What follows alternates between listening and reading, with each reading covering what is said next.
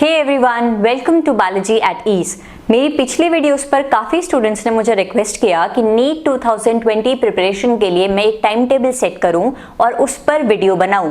तो आपके डिमांड पर लीजिए आप सभी के लिए एक वीडियो हाजिर है जिसमें मैं आपको बताऊंगी कि कोचिंग या फिर school days and non coaching days और नॉन स्कूल डेज में आपका टाइम टेबल कैसा होना चाहिए ताकि आप अच्छे से नीट के लिए प्रिपेयर कर सको। तो शुरू करते हैं कोचिंग डेज के लिए। ठीक है, तो मैं टाइम टेबल को दो पार्ट्स में डिवाइड कर रही हूँ। ये टाइम टेबल उन स्टूडेंट्स के लिए भी है जिन्होंने इस साल ड्रॉप किया हुआ है, जो सिर्फ इस साल नीट के लिए प्रिपेयर कर रहे हैं। साथ ही साथ मैं उन लोगों का टाइम टेबल भी इस वीडियो में बताऊंगी जो कि इस टाइम क्लास 12th में हैं और अपनी स्कूल स्टडीज के साथ साथ नीट की प्रिपरेशन कर रहे हैं। और दोनों टाइप के स्टूडेंट्स जो कि ड्रॉप भी कर रहे हैं या फिर जो स्कूल में हैं, दोनों स्टूडेंट्स नीट 2020 में अपेयर होने वाले हैं। तो सबसे पहला टाइम टेबल मैं बताती हूँ ड्रॉपर्स के लिए, वो स्टूडेंट्स जिन्होंने ड्रॉप किया हुआ है। कोचिंग डेज पहले मैं बताऊंगी कि जिन स्टूडेंट्स ने ड्रॉप किया हुआ है उनका उन दिनों का टाइम टेबल कैसा होना चाहिए जब उनकी कोचिंग क्लासेस होती है। कोचिंग डेज का टाइम टेबल कंप्लीट होने के बाद 2-3 मिनट का टाइम टेबल है। उसके बाद मैं बताऊंगी उन स्टूडेंट्स का टाइम टेबल जो लोग अभी स्कूल में हैं, तो स्कूल डेज में उनका टाइम टेबल कैसा होना चाहिए। तो शुरू करते हैं उन स्टूडेंट्स से जिन्होंने ड्रॉप किया हुआ है। कोचिंग डेज में कैसा टाइम टेबल होना चाहिए, मैं ये लेकर चल रही हूँ, मैं ये अज्यूम करके चल रही हूँ कि आपकी कोचिंग 3 बजे तक खत्म हो जाती है, चाहे शुरू कितने भी बजे हो। मैंने आपका टाइम टेबल कोचिंग डेज में शाम के लिए सेट किया हुआ है। तो मैं ये अज्यूम कर रही हूँ कि सुबह चाहे आपकी कोचिंग 9 बजे शुरू होती हो, 8 बजे शुरू होती हो, 10 बजे शुरू होती हो, लेकिन आपकी कोचिंग मैक्स टू मैक्स 3 बजे शाम को खत्म हो जाती है। अगर कोई ऐसे स्टूडेंट्स हैं जिनकी कोचिंग 3 बजे के बाद तक चलती है, तो आप मेरे कोचिंग डेज वाले टाइम टेबल में थोड़ी मॉडिफिकेशन ला सकते हैं अपनी कोचिंग टाइमिंग के अकॉर्डिंग। ठीक है, तो अभी हम क्या अज्यूम कर रहे हैं कि 3 बजे तक आपकी कोचिंग ओवर हो गई है, तो 3:30 या 4 o'clock तक आप अपने घर पहुंच गए हैं। Till 5 you can have your break time. आप 3, 3:30, 4 बजे, कितने भी बजे अपने घर पहुंच रहे हैं कोचिंग से, 5 बजे तक आपका फ्री टाइम है। आप उसमें अपना लंच कीजिए, रेस्ट लीजिए, नैप लीजिए। 5 बजे तक आप कंप्लीटली फ्री हैं। नाउ इवनिंग टाइम में शाम को 5 बजे से लेकर 6:30 तक you will revise the current topic of physics. Coaching में ऐसा तो होता नहीं है कि सिर्फ एक ही सब्जेक्ट एक दिन में पढ़ाया जाएगा। अगर आप नीट की कोचिंग ले रहे हैं तो आपको हर दिन फिजिक्स, केमिस्ट्री, बायोलॉजी तीनों सब्जेक्ट्स पढ़ाए जाएंगे। तीनों सब्जेक्ट्स की क्लासेस होती हैं। ऐसा कभी नहीं होता है कि एक दिन में सिर्फ एक ही सब्जेक्ट की क्लास हो रही है। तो आप क्या करेंगे, 5 to 6:30 PM शाम को 5 से 6:30 बजे तक आपको कोचिंग में जो फिजिक्स का टॉपिक पढ़ाया गया था, you will revise that topic. इसका क्या फायदा होगा, आपने जो चीज क्लास में पढ़ी थी वो आप जल्दी से रिवाइज कर पाओगे क्योंकि आपने फ्रेश कंटेंट अभी पढ़ा हुआ है, कुछ घंटे पहले ही पढ़ा हुआ है, तो आपको इजीली लर्न हो जाएगी वो चीज। तो 5 to 6:30 you will revise the current topic of physics, और वो जल्दी रिवाइज हो जाता है तो उससे रिलेटेड कुछ क्वेश्चंस आप सॉल्व भी कीजिए। Now 6:30 to 7 PM is your break time. 6:30 से 7 बजे तक आपका ब्रेक टाइम होगा। 7 to 8:30 is chemistry current topic. 7 बजे से लेकर रात के 8:30 बजे तक आप केमिस्ट्री का, कोचिंग में केमिस्ट्री का जो करंट टॉपिक पढ़ाया गया है उसे रिवाइज करेंगे। 8:30 to 9 is your dinner time. अगर कुछ लोग 9:30 बजे तक डिनर करते हैं तो उनके लिए 8:30 to 9:30 is your dinner time, dinner break. आप टीवी देख लीजिए, यूट्यूब कर लीजिए, डिनर कर लीजिए। 9:30 तक आपका ब्रेक टाइम है। Now 9:30 to 10:30 biology current topic. 9:30 बजे से 10:30 बजे तक आप बायोलॉजी का करंट टॉपिक रिवाइज करेंगे। अब देखिए क्या हुआ, शाम से लेकर रात तक कुछ घंटों के अंदर ही आपने जो फ्रेश टॉपिक आपको कोचिंग में पढ़ाया हुआ था, तीनों सब्जेक्ट्स के टॉपिक रिवाइज कर लिए हैं। 10:30 के बाद अब आप फ्री हैं। अब आप क्या कीजिए, 10:30 to 11:30 इस 1 घंटे में आप क्या करेंगे, इन तीनों करंट टॉपिक से रिलेटेड MCQ सॉल्व करेंगे। इससे क्या होगा कि आप अपने आप को इवैल्यूएट कर पाएंगे कि आपने आज जो कंटेंट पढ़ा आपको कितना वो याद हो गया है, आप कितना उसे समझ चुके हैं। अगर कोई क्वेश्चंस आपसे सॉल्व नहीं हो पा रहे हैं तो नेक्स्ट डे आप कोचिंग में जाकर अपने डाउट्स क्लियर कर सकते हैं। तो 11:30 आपका टाइम है कि अब आप सो सकते हैं। जिन लोगों को रात को देर तक पढ़ने की आदत है वो अपने अकॉर्डिंग फिर 11:30 के बाद पढ़ सकते हैं जो भी वो पढ़ना चाहते हैं। तो मेरे टाइम टेबल के अकॉर्डिंग आप 11:30 पर फ्री हो गए हैं। Now you may sleep. अब मॉर्निंग में आते हैं, आप 11:30 बजे सो गए हैं। मैंने बहुत लीनियंट टाइम टेबल बनाया है कि किसी स्टूडेंट को प्रेशर ना फील हो कि बहुत ज़्यादा बर्डन हो रहा है, बहुत स्ट्रिक्ट टाइम टेबल बन रहा है। मेरे अकॉर्डिंग आप 7 बजे से पढ़ना शुरू कर रहे हैं सुबह, तो आप मैक्स टू मैक्स अगर 6 बजे भी उठते हैं तो सुबह 6 बजे से 7 तक आपका फ्री टाइम है। आप उसमें अपने मॉर्निंग रिचुअल्स पूरे कीजिए, एक्सरसाइज कीजिए, चाय पीने की जैसे आदत है चाय पीजिए, मॉर्निंग वॉक के लिए जो जाता है वॉक के लिए जाइए। जो काम आप 7 बजे तक कर सकते हैं, you are free to do that. अब सुबह 7 से 8:30 बजे के बीच आप क्या करेंगे? You will revise physics, chemistry और बायोलॉजी। इन दिनों में से कोई भी एक चीज, फिजिक्स, केमिस्ट्री, बायोलॉजी हर डे का डिसाइड कर दीजिए। आपने डिसाइड किया है मंडे को मैं फिजिक्स का एक टॉपिक पढ़ के कोचिंग जाऊंगा, ट्यूसडे को मैं केमिस्ट्री का एक टॉपिक पढ़ के जाऊंगा।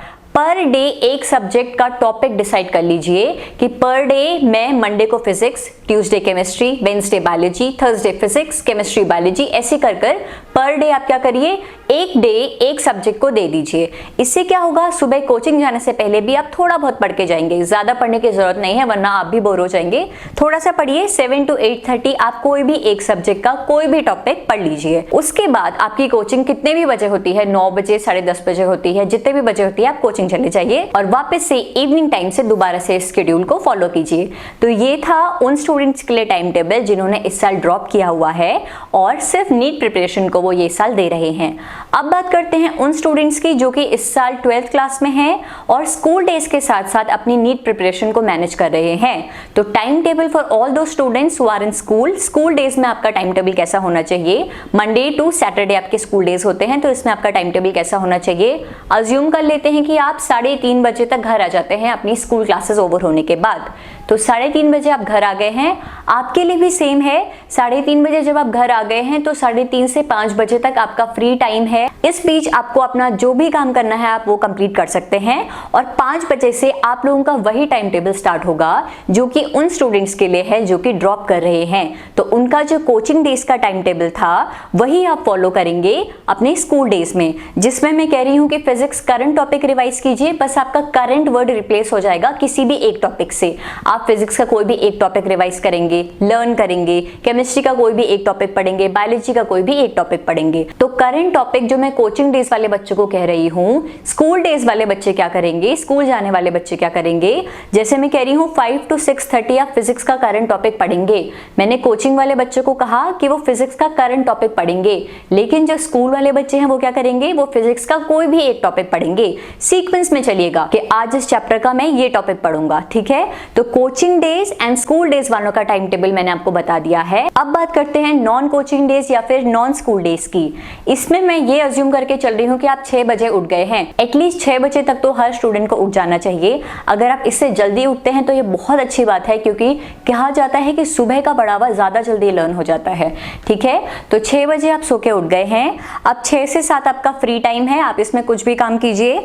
7 से 8:30 बजे तक morning 7 to 8:30 AM physics current topic, physics का कोचिंग का करंट टॉपिक रिवाइज कीजिए। स्कूल वाले स्टूडेंट्स क्या करेंगे? फिजिक्स का वो टॉपिक रिवाइज कीजिए जो कि आपने एक दिन पहले पढ़ा हुआ होगा, या फिर कोई ऐसा टॉपिक जो आपको लगता है कि आपने रिसेंटली पढ़ा है और आपको रिवाइज करना चाहिए। So 7 to 8:30 physics current topic. 8:30 to 9 breakfast break, 8:30 बजे से 9 बजे तक आप ब्रेकफास्ट कर सकते हैं। कुछ लोग होते हैं जो ब्रेकफास्ट लेट करते हैं, तो ये लेके चलते हैं कि 8:30 बजे से 9:30 बजे तक आप ब्रेकफास्ट कर रहे हैं, ठीक है? तो 1 घंटे का आपका ब्रेकफास्ट ब्रेक हो गया। Now 9:30 to 10:30 chemistry current topic, 9:30 बजे से 10:30 बजे तक आप केमिस्ट्री का एक टॉपिक पढ़ेंगे। कोचिंग वाले बच्चे केमिस्ट्री का करंट टॉपिक पढ़ेंगे। 10:30 to 11 सुबह 10:30 बजे से 11 बजे तक will be your break time. 11 to 12:30 biology current topic for school students, biology any topic. 12:30 to 2:30 lunch and sleep, दिन के 2:30 बजे तक अब आप फ्री हैं। 12:30 बजे से 2:30 बजे तक आप लंच कीजिए, नैप लीजिए, ये आपका फ्री टाइम है। 2:30 PM 2:30 बजे आप उठ जाएंगे। 2:30 to 3:30 3:30 बजे तक आप क्या करेंगे? फिजिक्स करंट टॉपिक पढ़ेंगे। 3:30 to 4 3:30 बजे से शाम के 4 बजे तक आपका ब्रेक टाइम है। 4 to 5 PM chemistry current topic. 5 to 5:30 break time. 5:30 to 6:30 biology current topic, 6:30 to 7 break. अब देखिए क्या हो रहा है, मैंने 2 डिफरेंट टाइम्स में आपको एक ही सब्जेक्ट का करंट टॉपिक रिवाइज करने के लिए कह दिया है। जैसे कि मैंने कहा कि सुबह 11 से 12:30 बजे तक आप बायोलॉजी का करंट टॉपिक पढ़ेंगे, और वही चीज मैं आपको कह रही हूँ कि शाम को 5:30 से 6:30 बजे तक आप बायोलॉजी का करंट टॉपिक पढ़ेंगे। मेरा 2 बार बायोलॉजी करंट टॉपिक पढ़ने का मतलब है, मेरा ये कहने का मतलब है कि सुबह 11 से 12:30 बजे तक तो आप बायोलॉजी का करंट टॉपिक पढ़ेंगे, लेकिन शाम को 5:30 बजे से 6:30 बजे तक आप जो बायोलॉजी करंट टॉपिक पढ़ रहे हैं, यहां पर बायोलॉजी करंट टॉपिक पढ़ने का मतलब है कि आपने जो टॉपिक सुबह पढ़ लिया है बायोलॉजी का, आप उससे रिलेटेड एमसीक्यूज करेंगे।